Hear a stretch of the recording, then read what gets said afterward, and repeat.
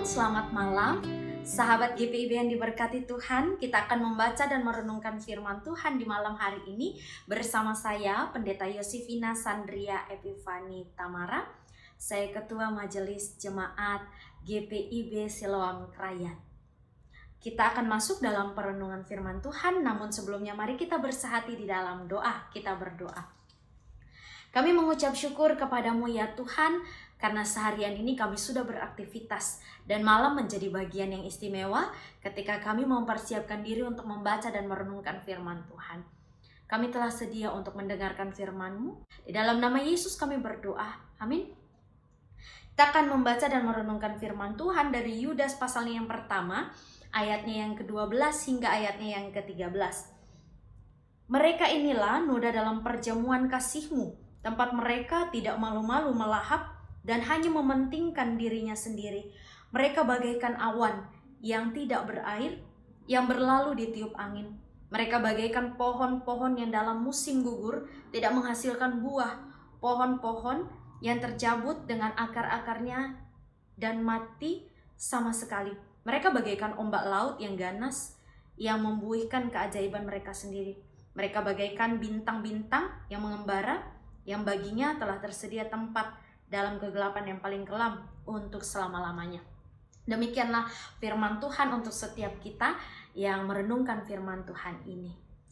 Sahabat GPIB yang diberkati Tuhan, di dalam perenungan kita malam hari ini, Yudas mengingatkan bagaimana pentingnya untuk seseorang menjaga iman yang dimilikinya. Karena banyak sekali di luar sana ada oknum-oknum tertentu yang dia menyebarkan ajaran-ajaran palsu, dia menyebarkan hal-hal yang tidak sesuai dengan kebenaran firman Tuhan. Bahkan dikatakan dalam proses ini mereka, oknum-oknum ini akan bisa untuk memutarbalikkan yang benar menjadi yang salah. Nah, bagaimana dalam proses yang seperti ini? Yudas menyampaikan bahwa fondasi iman yang kuat itu harus ada di dalam setiap pribadi kita agar kita itu peka, agar kita itu punya sikap yang tidak menyimpang. Bagaimana kita harus mempertahankan iman kita. Jangan tidak memiliki fondasi yang kuat di dalam hal tentang kebenaran. Nah, di dalam proses yang demikian, kadangkala kita manusia mengalami proses untuk lebih senang dengan hawa nafsu yang menjadi keinginan kita. Itulah yang kita lakukan, itulah yang menjadi kepuasan apabila hawa nafsu kita menginginkan sesuatu dan itu yang kita kejar, itu yang kita cari. Nah, dalam proses yang demikian, memuaskan hawa nafsu kita sama saja kita seperti orang fasik, sama saja kita menjadi bagian dari seseorang yang tidak melaksanakan kebenaran ini. Nah, Yudas menyampaikan kepada setiap kita bahwa jangan kita sama seperti orang fasik yang menyangkal Yesus, dan dalam prosesnya kita, dalam diri kita sendiri, kita tidak punya dasar yang kuat untuk menjadi pribadi yang dibentuk Tuhan. Nah, malam hari ini jangan mementingkan diri sendiri menjadi bagian yang luar biasa untuk kita, yang mengingatkan kita bahwa dalam prinsip hidup kita nggak bisa mau semua untuk kita, semua menyenangkan kita, dan semua yang menjadi keinginan kita harus terpenuhi. Nah, tanpa kita memikirkan dasarnya siapa, untuk apa kita hidup dengan hawa nafsu kita tidak berdampak untuk orang lain. Nah, bagaimana ini firman disampaikan? Yudas menyampaikan untuk kita bahwa ketika kita memilih untuk sama seperti orang fasik yang mana hidupnya tidak dalam kebenaran, hidupnya hanya mementingkan diri sendiri untuk menunjukkan siapa saya, siapa kita, apa yang kita bisa lakukan, kehebatan apa yang kita miliki. Itu karena kita punya hawa nafsu yang luar biasa besar. Nah, dalam proses yang demikian, Yudas benar-benar mau mengingatkan bahwa ketika kita sama seperti orang fasik, tidak memiliki kasih, tidak hidup dalam kebenaran, kita akan dihukum Tuhan. Karena apa? Karena kita hanya mementingkan diri sendiri. Kita hanya ada dalam posisi bahwa segala sesuatu yang saya inginkan, yang saya ingin capai,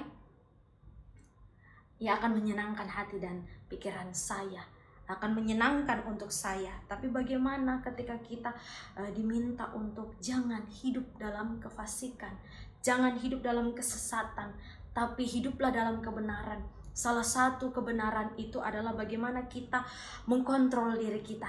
Jangan kita hanya mementingkan diri kita sendiri, tapi bagaimana kita membuka wawasan kita, membuka hati kita, membuka segala hal dalam hidup kita untuk mengandalkan Tuhan, agar kita tidak mementingkan diri sendiri. Kita membagikan kasih yang Tuhan kasih sama kita dalam kehidupan hari demi hari, dan kasih ini kita juga bagikan kepada orang lain.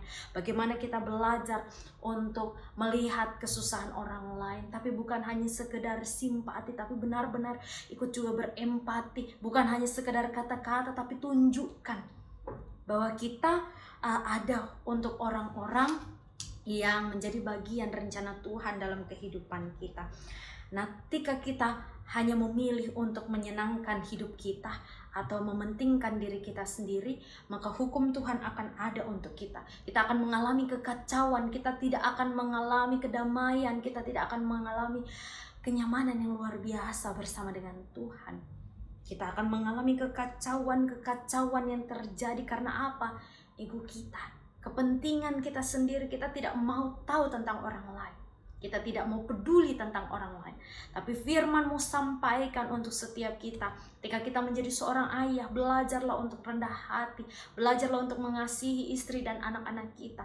Sebagai istri juga belajarlah demikian. Hiduplah kita dalam satu keluarga yang penuh dengan kebenaran. Karena fondasi iman yang diajarkan oleh Yudas, bagaimana setiap orang hidup dalam kasih dan cinta Tuhan yang luar biasa, yang saling membantu, saling menolong, saling memperhatikan, tidak hanya mementingkan diri sendiri. Sehingga kita tidak sama seperti orang-orang yang mengajarkan hal-hal yang sesat dalam kebenaran. Setiap kita diajak untuk bertobat. Bertobat dalam arti bagaimana kita melihat kehidupan kita yang mana menjadi kepentingan untuk kita, semuanya kita serahkan ke dalam tangan Tuhan, supaya Tuhan menuntut dan memelihara kita. Sehingga apapun yang menjadi keputusan Tuhan dalam kehidupan kita, itulah yang kita jalani. Berdoa, bergumul bersama Tuhan. Apakah kepentingan ini bisa saya lakukan? Apakah kepentingan ini bisa saya tetap lakukan, laksanakan? Apakah untuk orang lain? Apa untuk saya? Kita dapat berpikir secara jernih. Karena kalau kita menyerahkan kehidupan kita kepada Allah, ke depannya kita tidak akan pernah tahu seperti apa yang akan terjadi. Tapi ketika Tuhan memberikan peringatan untuk kita, jangan mementingkan diri sendiri. Sebagai makhluk sosial dimanapun kita berada, kita saling membutuhkan satu dengan yang lain. Maka jangan tutup diri kita untuk kepentingan diri kita sendiri, tapi untuk siapapun. Karena itu tugas tanggung jawab setiap orang yang sudah menerima cinta kasih Tuhan, yang harus punya tugas membagikan kepada siapapun. Kiranya malam hari ini kita semua ditegur Tuhan untuk mengingat bahwa diri kita tidak bisa hanya selalu mengandalkan untuk kepentingan kita sendiri, tapi belajar untuk peka dengan orang-orang di sekeliling kita, dengan hal-hal yang terjadi untuk keluarga kita, untuk orang-orang terdekat kita, untuk pelayanan kita, supaya kita jangan tersesatkan. Firman Tuhan menguatkan kita dari saat ini sampai selama-lamanya. Amin. Sahabat GPIB yang diberkati Tuhan, mari kita bersehati di dalam doa. Kita berdoa. Bapa di dalam surga, kami mengucap syukur untuk kebaikan-Mu ini. Peliharalah kami ya Tuhan, untuk menjadi pribadi yang bukan hanya mementingkan diri kami sendiri, tapi kami belajar peka bahwa hidup kami untuk hormat dan kemuliaan nama Tuhan, membagikan kasih kami kepada siapapun yang ada di sekeliling kami. Sehingga kami tidak hanya mementingkan diri kami sendiri, tapi untuk kebersamaan kami. Tuntun dan pelihara kami dalam kehidupan hari demi hari. Tugas tanggung jawab kami bahkan ketika kami mau beristirahat Tuhan. Kami sudah mendengarkan firman Tuhan. Biarlah firman ini boleh menjadi penguat, kekuatan yang luar biasa bagi kami. Sehingga esok hari ketika Tuhan mengizinkan kami semua hidup dalam hari yang baru, kami menjadi orang yang lebih baik. Yang tidak mementingkan diri kami sendiri, tapi mementingkan bagaimana Tuhan mengatur kehidupan kami dalam kebenaran. Terima kasih ya Tuhan, ini doa dan sembahyang kami. Kami menyerahkan kehidupan pelayanan-pelayanan kami, hari-hari kami, tugas tanggung jawab kami, bersama dengan keluarga kami yang punya kerinduan apapun dalam pergumulan-pergumulan mereka. Tuhan tolong, Engkau jamah mereka, sehingga mereka tidak berjalan dalam kesendirian, tapi Tuhan menuntun mereka dalam kebenaran dari saat ini sampai kekal selamanya. Kami juga menyerahkan GPIB secara sinodal dalam tugas tanggung jawab.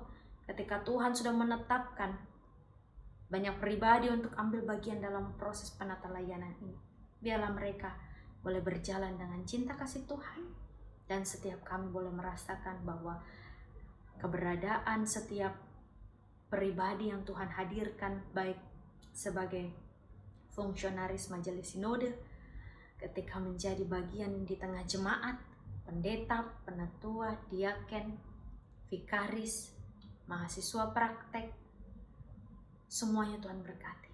Terima kasih ya Tuhan, terima kasih Yesus. Ini doa dan sembahyang kami yang kami alaskan dalam satu nama, Yesus Kristus, Tuhan dan Juru Selamat kami. Amin. Selamat beristirahat. Tuhan Yesus memberkati kita semua.